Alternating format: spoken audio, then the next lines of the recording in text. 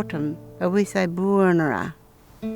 When we used to go and burn our little mushroom patch when I was little, we'd wait for the first rain of autumn, the Merningar rain. We'd go and burn that with our aunties. So the second rain, the long rain, is what will bring it all up.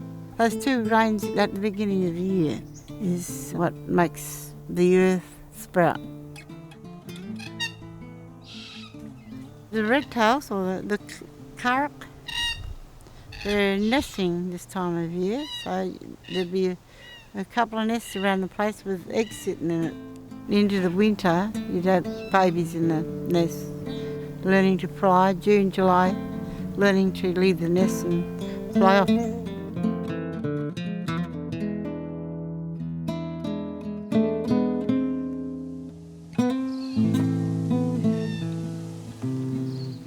Forest redtails found in the southwest of Western Australia, sort of from north of Perth down through to the Edmonds region.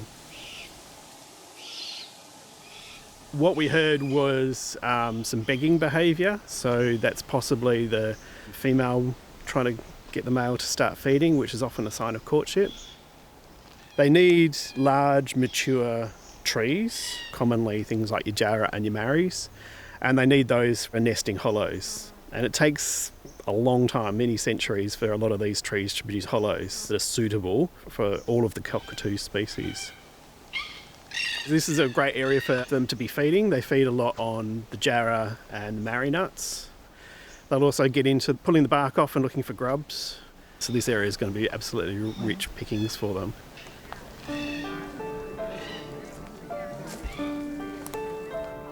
Waba Bening, in other words, good morning. And it's lovely to see all the kurungars here, especially, all the babies. It's a generational thing, so hopefully one day they're going to be bringing theirs. Aboriginal people, we're totemic.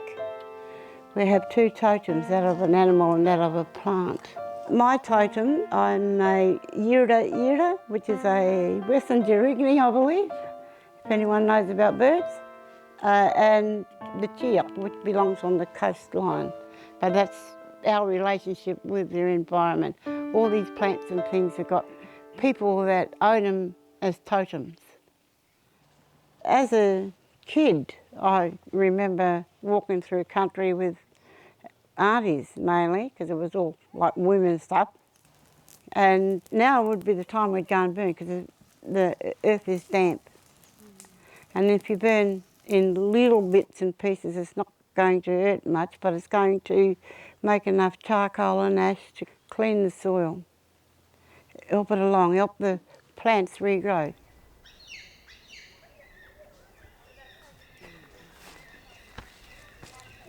Here what we've got is Heikia oleifolia.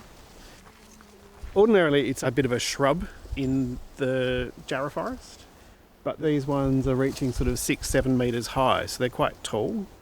And that's really a product of the fact that this is a relatively long, unburned area. You know, that we're looking at potentially 30 plus at least years since it was burnt. These trees are now getting to the end of their life. So we've got one here on the ground that's actually died just a natural death. They're short-lived plants. They only live for a few decades. But they're the sort of plants that actually require fire for the release of seeds and for the seeds to germinate. In the background, there's a really nice Banksia seminuda. That's a tree that's generally killed by fire, but it comes back really well by seed post-fire. So a lot of the Proteaceae, the Banksias, the Heikias and the Grevilleas, all will benefit from a fire in sort of stimulating and regenerating. People in the old days, traditional owners, when they walked, they burnt. So another family coming along, either side of them or crossing. So it was all crisscross.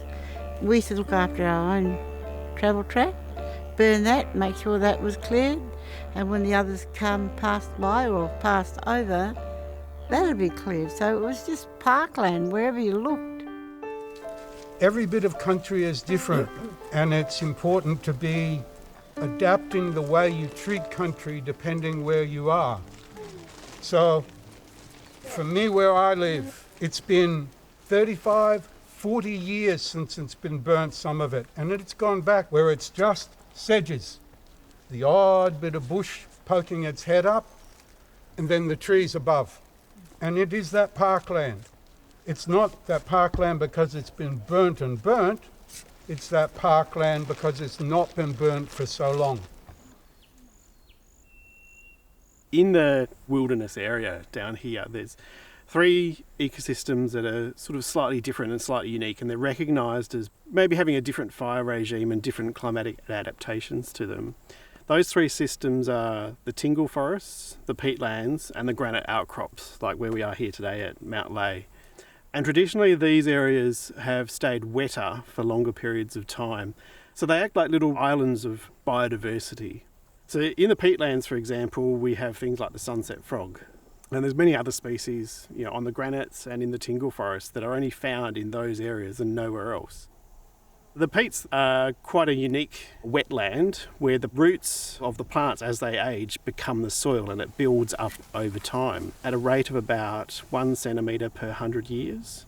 So a peat that's a metre deep might be 3,000 to 5,000 years old. There's peats in almost every forest block around here. And unfortunately what's happening now is with a drying climate, we're seeing that the peats are actually drying out more quickly and they're not staying as wet over summer. And so when fire gets into them, if the substrate ignites, it can burn for many, many months. We've seen examples where up to several thousand years of peat has been lost in one single fire event. So one of the really critical things with peats is how they're burnt. And ideally, they're burnt in such a way that the substrate doesn't ignite, and that way that they can recover quite quickly. There are a number of species in the peats that are actually fire responsive. So the Albany pitcher plant, for example, flowers profusely after a fire. So it's not that peats can't be burnt, it's just that the way that we burn them has to be in a way that's sustainable. I think the difference between cultural burns compared to the hot burns where they throw things from planes and just light things up and can't be bothered which direction it goes. It's a cool burn. It looks after the animals and the plants. We're part of that ecological system with our totems. So we're not only just burning fire, we're burning ourselves really, because we belong to those totemic plants. Maybe you want to adopt a totem that you like, if you're tied to an animal or a plant or anything. I know you Jarrah people by the looks, you love your Jarrah. Adopt them as your totem, look after them that way.